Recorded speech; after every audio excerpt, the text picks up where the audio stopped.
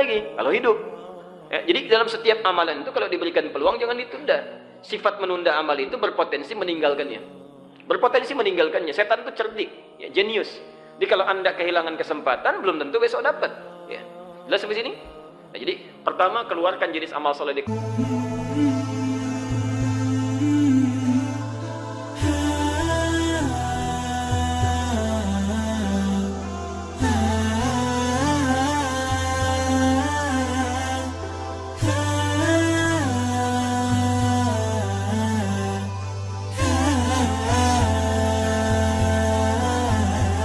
ada amalan-amalan yang bila dikerjakan 10 hari aja, itu selama 10 hari ya Allah turunkan cintanya bagi siapa yang menginginkannya. Artinya selama 10 hari bulan Dzulhijjah itu ada potensi dosa-dosa kita itu habis, Pak.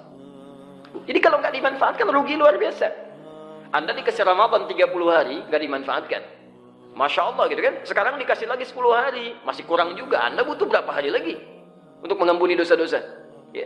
Nah, jadi kita keluarkan amalan-amalan itu apa yang ditunjukkan oleh Nabi. Sekarang kita bertanya, ya Rasulullah, ya, kalau ada waktu yang istimewa itu apa yang harus kami kerjakan? Baik, kita ambil sunnahnya dengan cepat. Ya, saya langsung fokus ke intinya. Satu, pelan-pelan. Petunjuk Nabi di hadis ini, ya, petunjuk Nabi yang pertama, perbanyak amal soleh. Jadi 10 Dzulhijjah ini 1 sampai tanggal 10 apa yang kita kerjakan? Ya, apa yang kita maksimalkan? Ya, kita keluarkan amalan-amalan Nabi. 1, perbanyak amal soleh. Dari kalimat Nabi al-amalu soleh di hadis ini. Ya. Ma minal ayyami al-amalu salihu fiha. Tidak ditemukan perjalanan hari saat amal soleh di dalamnya, kan? Ahabbu ilallahi min hadhil ayyamil ashri. Baik. Amal soleh apa saja? Perhatikan rumusnya, saya berikan rumus cepat ya. Kalau ada kalimat menggunakan alif lam di dalam Al-Quran atau dalam hadis, ya, itu setidaknya punya 2 arti. Arti pertama disebut dengan ta'rif, pengkhususan, ya, pengkhususan. Naqal, handphone. An-naqal, handphone yang ini, bukan yang lain. Yang kedua disebut dengan istighraq. Istighraq, sesuatu yang luas, yang umum, yang nggak ada batas, nggak ada batas. Alhamdulillahi Rabbil Alamin. Segala puji bagi Allah. Nggak ada batasnya memuji itu. Ya. Jadi jangan kalau lagi dapat sesuatu memuji. Sedang sakit hilang pujian. Ya, hati-hati. Sedang dapat harta benda luar biasa, pekerjaan meningkat. Ya, mohon maaf ya. Misal materi cukup meningkat, Alhamdulillah ya Allah. Begitu diuji dengan kebangkrutan, menyesalnya luar biasa. Nggak ada pujian lahir lagi. Padahal semua milik Allah, bukan pujian kita. Ya. Nah, jadi diartikan segala di situ. Jadi dalam segala keadaan, kondisi, tetap kita memuji Allah Subhanahu wa taala. Mau sehat, mau sakit, mau kaya, mau miskin, serahkan pujian pada Allah. Nah, al di sini yang menyertai amal soleh itu menunjuk pada makna yang kedua. Semua amal soleh yang mungkin dikerjakan. Karena itu saran saya, ya, dari keterangan Nabi ini dibiasakan oleh sahabat, Pak. Jadi sahabat-sahabat Nabi itu kalau sudah mendapatkan petunjuk, semua amal soleh di dalam Quran dan hadis itu dikeluarkan. Ya. Kemudian mulai direncanakan. Itu yang nanti dikerjakan saat masuk bulan Dzulhijjah. Ya. Di rumusnya dari Nabi, antum dari sekarang ini keluarkan amalan-amalan soleh yang mungkin dilakukan. Ya. Punya catatan khususnya kalau bisa bikin table. Nanti begitu masuk awal Dzulhijjah itu aja yang dikerjakan. Ya. Saya beri rumus cepat ya. Rumus cepatnya, semua amal soleh di Quran itu, semua amal soleh di Quran bisa dideteksi, diketahui bersanding dengan kalimat iman. Jadi setiap ada kalimat iman itu pasti amal soleh. Pasti amal soleh. Ya.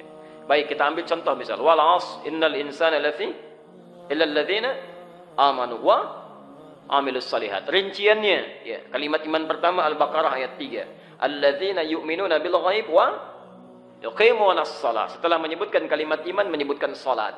Nah, maka rumusnya misal keluarkan salat-salat yang ada di Quran dan hadis, itu yang nanti kita maksimalkan 10 hari pertama Dzulhijjah. Baik, jangan cuma fardu aja, Pak. Kalau cuma fardu aja, Masya Allah itu masih kecil, masih minim. Ya.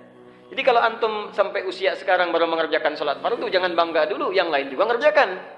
Ya. Kalau sampai di masjid pas adzan, jangan bangga dulu. Tepat waktu nih adzan. Tidak, anak kecil aja sekarang sebelum adzan sudah di masjid. Nah, coba cek tuh beberapa masjid tuh sebelum adzan Pak sudah pada ke masjid. Anak usia 4 tahun, 5 tahun. Antum dikasih 40 tahun, 50 tahun, udah komat belum ke masjid juga. Butuh berapa tahun lagi mau ke masjid? Ya kan? Padahal anak-anak itu dihadapkan di hadapan mata kita itu. Ya, dihadapkan, kita kelihat, Masya Allah malah direkam anak-anak sudah senang ke masjid. Yang merekam nggak ke masjid. Kan aneh gitu kan? Anaknya 4 tahun ke masjid, bapaknya malah nonton di rumah. Maka jadi persoalan di sini. Bapak yang dihisab loh. Anaknya 4 tahun belum masuk hisab. Belum taklif gitu kan. Saya mau kembalikan lagi. Jadi sholat keluarkan. Jenis sholat-sholat itu. Yang fardu ada berapa rakaat? 17 rakaat ya. 5 waktu. Belum tahajudnya keluarkan. Sholat dohanya, sholat syuruknya. Macam-macam. Jadi semua jenis sholat keluarkan. Ya. Dan saya mohon Pak Bu ya. Saya mohon 10 hari ini aja coba latihan. Mulai dari sekarang supaya terbiasa ya. Malam bangun, kalau tadi kelewat ya nunggu malam besok kalau hidup ya. Makanya kalau ada kesempatannya jangan ditunda karena besok belum tentu hidup. Itu poinnya. Sekarang ada syuruk nih, habis selesai kajian ada syuruk ya, antum lewatkan ya, nunggunya besok lagi kalau hidup ya. Jadi dalam setiap amalan itu kalau diberikan peluang jangan ditunda. Sifat menunda amal itu berpotensi meninggalkannya. Setan itu cerdik ya, jenius. Jadi kalau Anda kehilangan kesempatan belum tentu besok dapat ya. Jelas sampai sini? Nah, jadi pertama keluarkan jenis amal soleh di Quran. Ya, ada infak, ada bacaan Quran, dan macam-macam. Bikin target lah. Ya. Misal bacaan Quran baru baca aja. Ya. Coba cek tuh setiap hari berapa ayat yang dibaca. Jangan-jangan hari ini pun nggak punya rencana mau baca berapa ayat tuh. Tapi olahraga udah punya rencana jam sekian saya olahraga. Masya Allah. Kajian belum selesai udah pamit, siap-siap olahraga ya, jalan-jalan dan sebagainya. Bisa kejadian. Tapi baca Quran nggak punya rencana. Pada aneh ini ya. Urusan dunia yang sementara, rencananya jelas banget. Mau kerja, jam kerja jam 8 ke Jakarta, berarti ada macet. Jadi sampai macetnya dipetakan tuh. Macet di titik ini, di Halim jam sekian, ada potensi begini. Masya Allah, 7:30 sudah di sana. Pernah nggak antum belajar, ke akhirat tuh begini, macetnya dihisab nih. Yang bikin macet begini. Berarti saya harus cepat nih. Harus cepat duluan sampai sebelum yang lainnya. Pernah bikin nggak? Jadi untuk yang sementara aja, Masya Allah, rencananya begitu luar biasa. Padahal ketika meninggal dunia, yang dihasilkan itu belum tentu dipakai. Coba cek antum, cari luar biasa, berangkat gelap, pulang gelap, bikin rumah, begitu jadi rumah meninggal, tinggal enggak. Ya, istirahat juga enggak di situ, masuknya di alam kubur. Ya kalau sudah masuk ke alam kubur, ke akhirat, enggak ada meninggal lagi. Jadi kalau antum miskin bakal akhirat, di akhirat miskin terus, enggak akan pernah jadi kaya.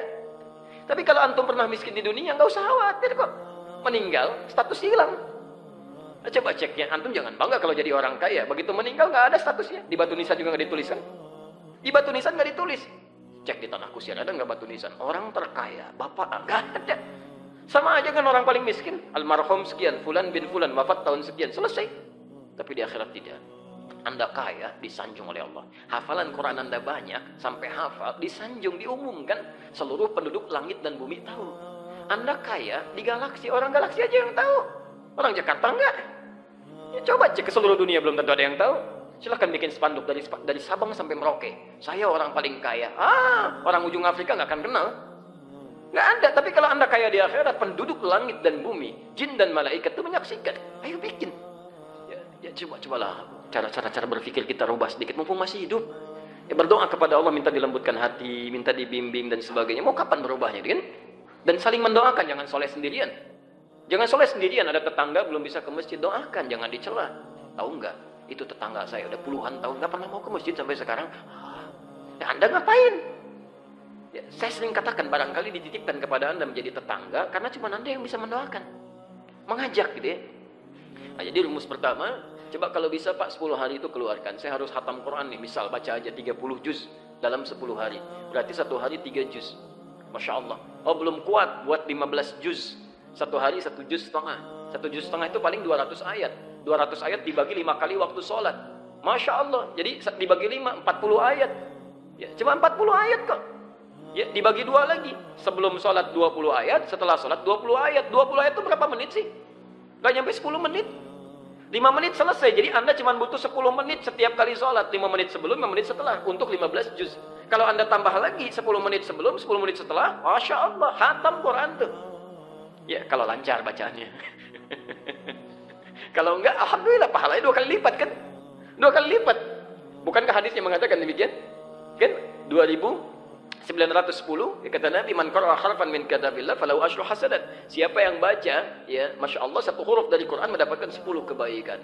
Tapi di nomor hadis 2920-nya, walladzi yatata'ta wa huwa syaqqun 'alaihi, sedangkan orang yang terbata-bata dan berat mengucapkan hurufnya, falahu ajran, dia mendapat 2 kali pahala dari yang lancar.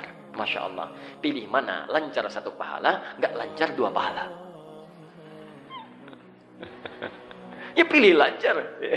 Pilih lancar ya, Masya Allah. Ya. Baik, karena nanti ada kemuliaan-kemuliaan yang lain. Kemudian jangan ditafsirkan berbeda ya, kalau gitu saya nggak lancar aja lah gitu. Itu keliru juga, ada konsep hadis-hadis yang lainnya. Tapi kita teruskan, satu itu saya agak cepat karena waktu kita terbatas. Di antara sekian amalan yang ditunjukkan oleh Nabi SAW disebut dengan amal saleh, mana yang paling utama? Ya, mana yang paling utama? Biasanya kan sebagian orang ingin cari yang paling utama. Ya, kan di Quran itu ada sholat, ada baca Quran, ada infak, ya bersanding dengan iman. Ternyata di hadis Nabi yang tadi Anda catat, riwayat Abu Daud nomor hadis 2452, di antara sekian amal saleh itu ada satu yang diistimewakan sampai disampaikan langsung oleh istri-istri Nabi. Ya, an ba'dhi azwajin Nabi sallallahu alaihi wasallam, dari sebagian istri-istri Nabi sallallahu alaihi wasallam, ya.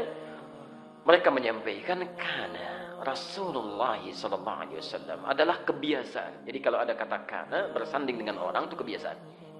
Karena Rasulullah SAW adalah kebiasaan Rasulullah SAW yasumu tis'an min Dzulhijjah. Beliau berpuasa, memperbanyak puasa di 9 pertama bulan Dzulhijjah. Jadi dia ada amalan khusus dia. Jika Bapak Ibu mungkin bisa melakukan, yang paling istimewa di antara sekian amalan itu puasa. Ya, puasa. Usahakan tanggal 1 sampai 9. Ya. Dia ada 2 pertanyaan di sini kan? Pertanyaan pertama, kenapa puasa? Ya, kenapa puasa? Baik, ada rumus nanti dalam fikih ibadah. Puasa itu di antara amalan yang saat dikerjakan bisa menghimpun amalan-amalan lainnya. Kalau yang lain tidak umumnya. Coba Anda sholat deh ya. Anda sholat, begitu mau ruku depan ada kotak infak. Bisa nggak begitu ruku keluarkan dulu? Keluarkan, lumayan infak nih. Lagi sholat, kan tidak kan? Sholat, infak. Tapi puasa tidak. Keunggulan puasa, begitu dilakukan amalan lain ikut. Ya, saya sering ungkapkan ini dalam berbagai kesempatan. Silahkan cek. Anda dalam kondisi misal tidak puasa, jangankan sholat sunnah, sholat fardu aja kalau terlambat nggak ada getaran, biasa umumnya. Tapi kalau sedang puasa, jangankan fardu, sunnah saja tertinggal sedikit sudah, ya Allah terlambat saya. Ya, coba cek saat Ramadan itu. Adzan subuh berkumandang, ya Allah terlambat saya. Padahal pas adzan itu, tapi merasa terlambat. Anda tidak puasa belum tentu baca Quran. Tapi kalau sedang puasa, Masya Allah, getarannya ada, pengen baca. Anda tidak puasa, ada orang minta-minta, depan lampu merah tuh. Di depan mata, belum tentu dikasih. Tangan diangkat begini. Tapi saat puasa, yang nggak kelihatan mata pun Anda catat tuh. Berapa fakir miskinnya di sini? Berapa anak yatimnya? Ramadan kan begitu kan, Pak? Dan hebatnya puasa, itu bisa menekan maksiat, Pak. Menekan maksiat. Itu keutamaannya. Ya. Jarang orang puasa bermaksiat itu jarang. Ya. Mau bohong ditahan-tahan, itu kan Masya Allah. Minimal takut batal puasanya. Ya. Ji, kemarin kemana? Waduh, bingung mau dijawab, takut batal. Ntar deh maghrib saya jawab. Nunggu maghrib dulu. Ya. Jadi dia tahan-tahan tuh, begitu maghrib lupa, gitu kan? Bisa terjadi. Jadi dia mengumpulkan amal saleh, menekan maksiat itu puasa. Ya, makanya usahakan betul kata Nabi, begitu masuk ke awal Dzulhijjah Anda puasa. Kapan waktunya? Silahkan perbanyak, tanggal 1 sampai 9. Redaksinya perbanyak. Jadi kalau bisa 9 hari penuh, alhamdulillah, itu bagus. Ya, kalau nggak bisa, ya 3 hari, 5 hari. Ya, Masya Allah. Jadi selalu begitu. Tanyakan. Kalau ada kesempatan, besok kamu kesempatan nih. Kalau enggak, kamu nggak hidup, gitu kan? Ya, belum tentu. Lakukan. Kalau ada kesempatan, kita buat pertanyaan. Baik. Bismillah. Jadi puasa kerjakan, kalau tidak mampu pun misal mengerjakan runtutan ini, misal halangan bagi perempuan belum tentu bisa puasa, misal karena ada libur tertentu, maka kalau bisa dan kedapatan sucinya misal, tolong semaksimal mungkin tanggal 9-nya, tanggal 9 Dzulhijjah itu puasa istimewa.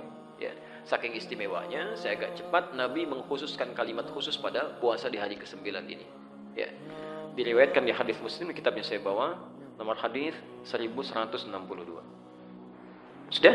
Hadis Muslim nomor hadis 1162 dari Abu Qatadah Al-Ansari. An Abi Qatadah Al-Ansari radhiyallahu taala anhu qala, dari Abu Qatadah, semoga Allah memberikan ridha kepada beliau, menyampaikan, alhamdulillah, su'ilan nabiyyu sallallahu alaihi wasallam an siyami yaumi Arafah. Di riwayat lain an shaumi yaumi Arafah. Nabi SAW pernah ditanya tentang puasa ya, di hari Arafah. Hari Arafah itu tanggal berapa? 9. Ini penting, nanti saya tuliskan. Saya berikan tulisan sebentar ya. Redaksi hadisnya begini. Siyam yaum Arafah, ada yaumnya.